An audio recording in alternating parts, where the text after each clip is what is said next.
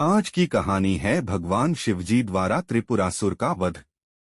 आज हम त्रिपुरारी पूर्णिमा से जुड़ी त्रिपुरासुर के वध की कथा सुनते हैं। भगवान कार्तिकेय ने तारकासुर का वध किया था। उसके बाद तारकासुर के 3 पुत्रों ने देवताओं से बदला लेने का निश्चय कर लिया। तीनों असुरों के नाम थे तारकाक्ष, कमलाक्ष और विद्युन्माली। देवताओं को पराजित करने के उद्देश्य से तीनों तपस्या करने के लिए जंगल में चले गए। उन्होंने हजारों वर्ष तक अत्यंत कठोर तप किया। उनके कठोर तप से ब्रह्मा जी प्रसन्न हुए और उनके सामने प्रकट हो गए।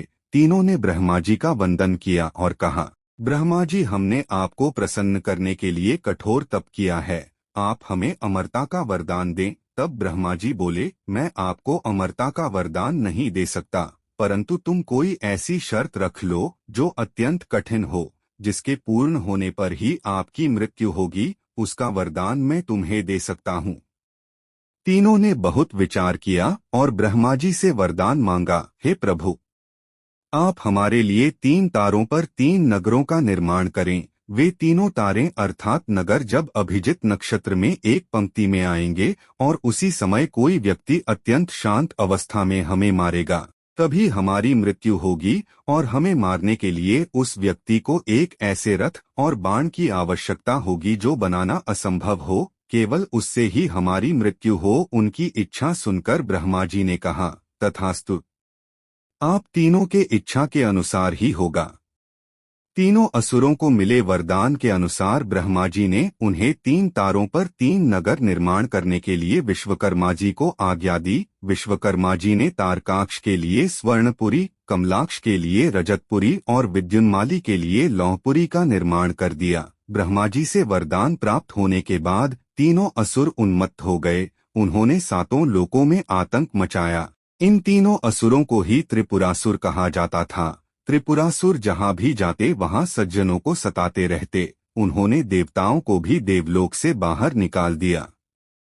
त्रिपुरासुर के आतंक से त्रस्त होकर उन्हें हराने के लिए सभी देवता एकत्रित हुए। सभी ने अपना सारा बल लगाया, परंतु त्रिपुरासुर का प्रतिकार नहीं कर सके। अंत में सभी भगवान शिवजी के शरण में गए। देवताओं ने कैलाश पर्वत पर जाकर शिवजी को पूरा वृत्तांत बताया। तब भगवान शंकर ने कहा, आप सभी देवता मिलकर प्रयास करें। देवताओं ने कहा, प्रभु, हम सभी ने मिलकर त्रिपुरासुर का वध करने का प्रयास किया, परंतु कुछ नहीं कर पाए। हम आपकी शरण में आए हैं, आप ही हमारी रक्षा कर सकते हैं।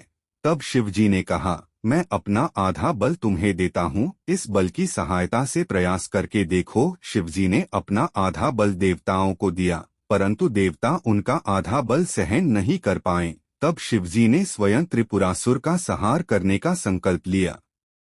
अब त्रिपुरासुर का वध करने के लिए रथ और धनुष बाण सिद्ध करना आवश्यक था। भगवान शिवजी ने पृथ्वी को ही उनका रथ बनाया, सूर्य और चंद्रमा को उस रथ के पहिए बनाए, सृष्टा सारथी बने, भगवान विष्णु बाण बने, मेरु पर्वत धनुष और वासुकी बने उस धनुष की डोर। सभी देवताओं ने अपने बल से वह रथ संभाल लिया। इस प्रकार असंभव रथ सिद्ध हुआ।